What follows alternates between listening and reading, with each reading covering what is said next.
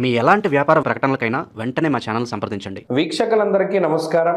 అందరికీ నూతన ఆంగ్ల సంవత్సర శుభాకాంక్షలు. జనవరి నెలలో సింహరాశి వారి యొక్క ఫలితాలను గనక మనం చూస్తే, దీర్ఘ సంచార గ్రహాలు గనక మనం చూస్తే, సింహరాశి వారికి గురుడు లాభస్థానం అందు అనుకూలమైనటువంటి గ్రహం. సప్తమంలో రాహు మిశ్రమమైనటువంటి ఫలదాత. ఆయన ఏం పెద్ద అనుకూలించే గ్రహం కాదు. అష్టమ శని యొక్క దోషం ప్రధానంగా పట్టి పీడిస్తూ ఉన్నది. ఏమంటే అష్టమ శని వల్ల ఏంటంటే సమస్య, నానా కార్య విరోధస్యాత్ వ్యాధి పీడా ధనక్షయం. కర్మలు గతంలో చేసుకున్నటువంటి కర్మలన్నీ వ్యాధి రూపంలో బాధించేటువంటి రోజులు అష్టమ శని యొక్క స్థితి.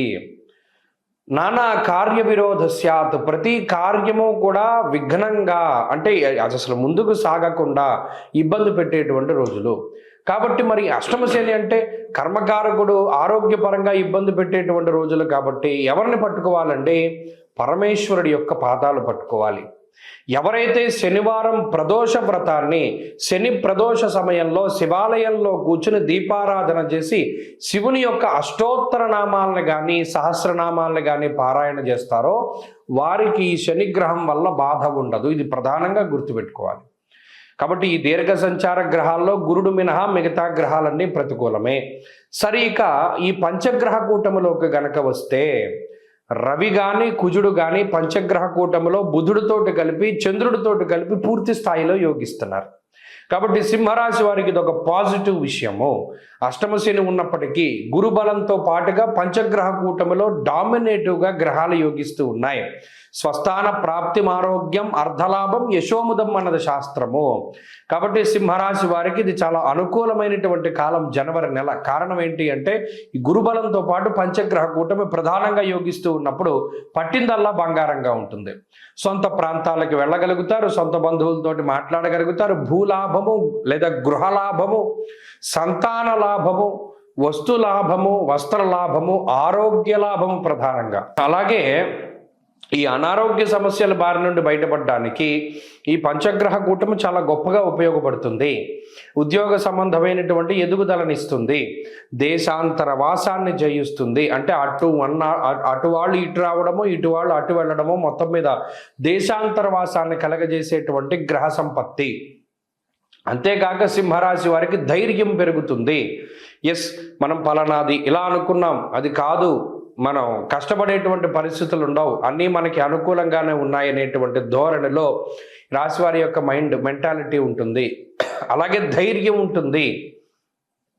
ఎలాగైనా సరే ముందుకు వెళ్ళి ఛేదించగలుగుతారు, ప్రేమాప్యాయతలను పొందగలుగుతారు, రుణబాధల్ని తీర్చగలుగుతారు, రుణబాధల నుండి బయటపడగలుగుతారు, శత్రు సంహారం చేయగలుగుతారు, శత్రువుల పైన పూర్తి స్థాయిలో విజయాన్ని సాధించగలుగుతారు. ఇలా అన్ని విధాలుగా కూడా సింహరాశి వారికి మరి కొత్త సంవత్సరం ప్రారంభ మాసం అన్ని విధాలుగా కూడా అనుకూలంగా ఉన్నది. ఉద్యోగ వ్యాపార వ్యవహార వ్యవసాయేతర విషయాల్లో సానుకూలంగా ఉన్నది. చట్టపరమైనటువంటి వ్యవహారాలన్నీ ఒక కొలిక్కి రావడానికి అవకాశం ఉంటుంది. కాబట్టి వీరందరూ కూడా ఆనందదాయకమైనటువంటి సమయాన్ని అనుభవిస్తారు.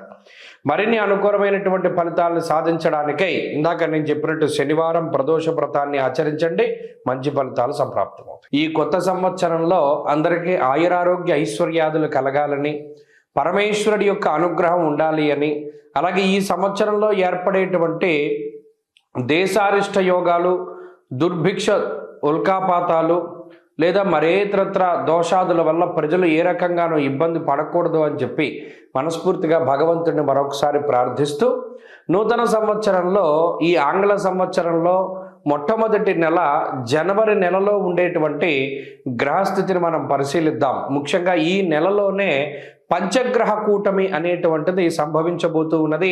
దానికి సంబంధించినటువంటి ప్రభావాలను సైతం మనం విశ్లేషణ చేసుకుందాం. దానికన్నా ముందు సంక్రాంతి ఎప్పుడు చేసుకోవాలి అనేటువంటి దాని మీద కొంతమందికి సందిగ్ధత ఉన్నది.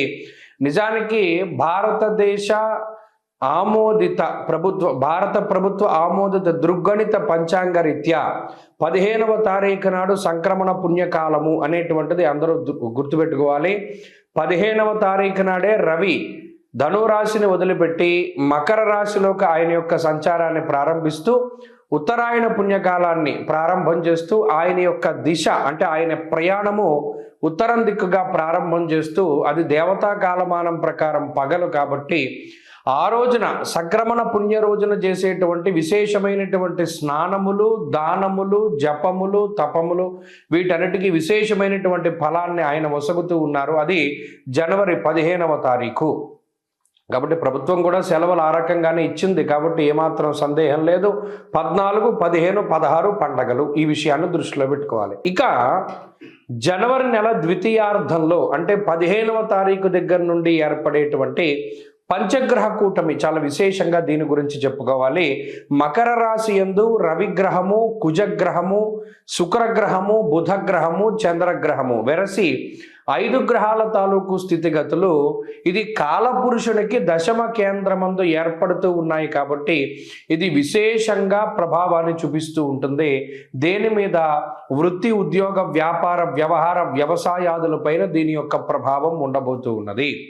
అలాగే అగ్నితత్వ సంబంధం ఉన్నటువంటి రవి కుజులు ఇద్దరూ కూడా భూతత్వ రాశి యందు నెలకొని ఉన్నారు.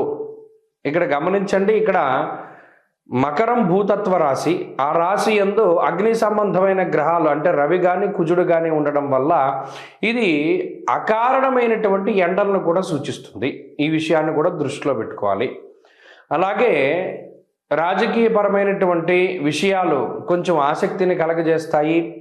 భూ సంబంధమైనటువంటి లావాదేవీలు అవి కూడా కొంత వెనకబడుతూ ఉండేటువంటి విషయాలను మనం దృష్టిలో పెట్టుకోవాలి. ఏదైనా ఉద్యోగాదుల మీద ప్రభావంగా ఈ విషయం ఈ రవికుజులు అలాగే బుధ, శుక్రులు, చంద్రులు కలిసి ఉన్నటువంటి స్థితి ప్రధానంగా అది ప్రభావాన్ని చూపెడుతూ ఉంటుంది. కాబట్టి ఈ కూటమి, పంచగ్రహ కూటమి 12 రాశుల పైన ఏ విధమైన ప్రభావాన్ని చూపెడుతుంది అనేటువంటిది మనం క్లుప్తంగా తెలుసుకునేటువంటి ప్రయత్నం చేద్దాం.